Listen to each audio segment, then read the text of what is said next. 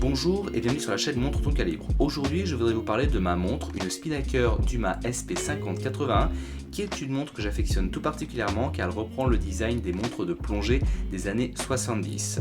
Si je me permets de vous parler de montres de plongée, c'est parce que j'ai une chaîne YouTube qui s'appelle Argonaut Plongée et qui parle justement de plongée et de vie marine.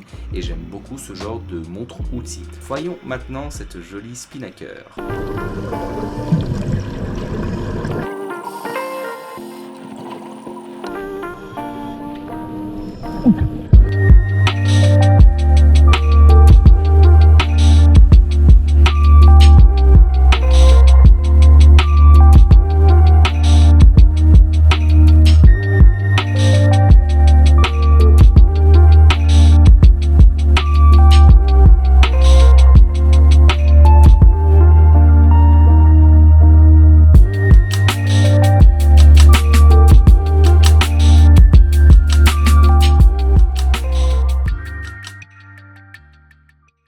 Donc cette Spinnaker est le modèle référence SP5081 qui reprend le design et la couleur orange des montres de travail des années, comme je vous l'ai dit, 70, notamment celle qui était utilisée par le commandant Cousteau. Au niveau du design, j'aime beaucoup l'aspect brut avec ses formes assez rectangulaires et aussi le design de la lunette où vous pouvez voir ici des crans assez marqués et qui me font justement penser au cran de la Doxa Sub 300. Au niveau de la lunette, par contre, elle ne reprend pas le système de déco de la Doxa Sub et on est juste sur une lunette standard plongeuse unidirectionnelle marquée sur les 15 premières minutes.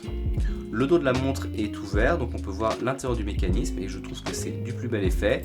Et quant au design à l'avant, on est sur des aiguilles classiques de plongeuse, avec la lunette qui est en verre, je crois, le verre principal qui est un verre saphir, et ici on va avoir la couronne avec le petit logo et cette petite pointe en verre aussi qui est du plus bel effet.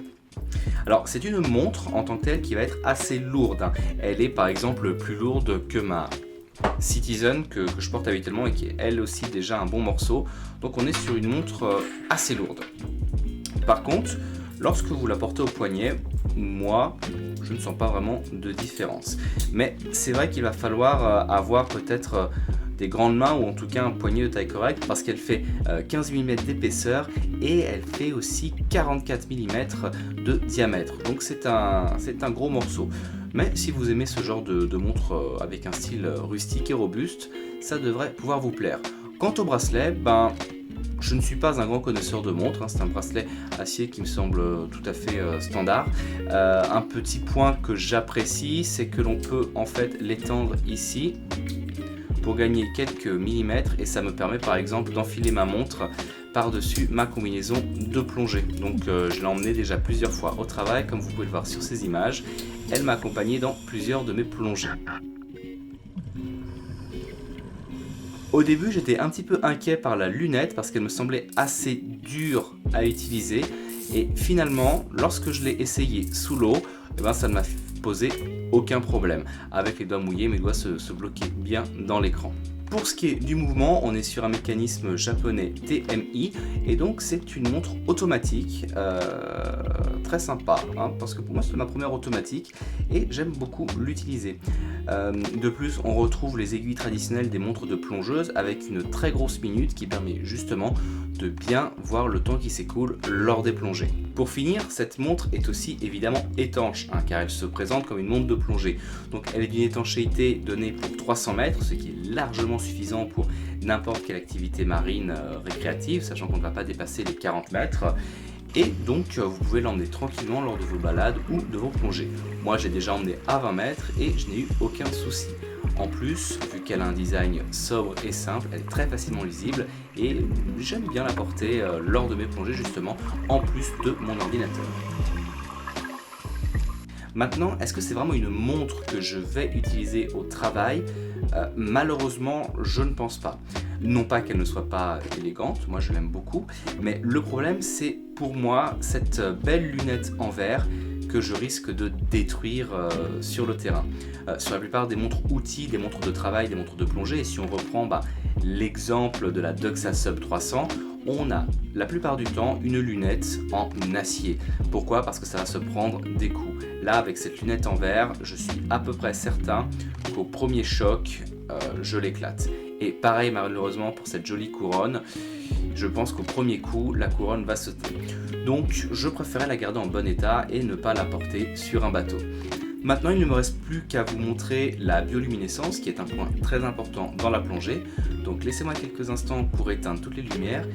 Top! Et voilà pour la bioluminescence. Donc, vous voyez qu'on est sur quelque chose de très lisible et de très clair. Si je compare avec mon compas, c'est tout à fait correct. Donc, ouais, la bioluminescence en voit pas mal. Donc, pour moi, c'est une montre très sympa que je recommande pour ceux qui aiment les montres outils et le design des vieilles montres de plongée. Mais après, je ne vous la recommande pas pour travailler dans l'industrie de la plongée, car sur le terrain et à l'usure, vous risquez de la casser. Ouais, on voit bien.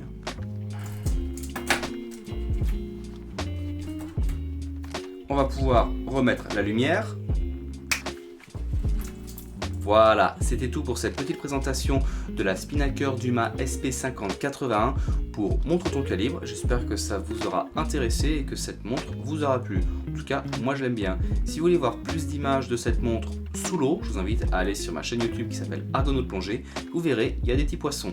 Et si vous voulez en apprendre plus sur les montres de plongée, eh bien ce sera sur la chaîne de Le Calibre que ça se passe. La vidéo va apparaître par là. Je vous souhaite une bonne journée et à bientôt.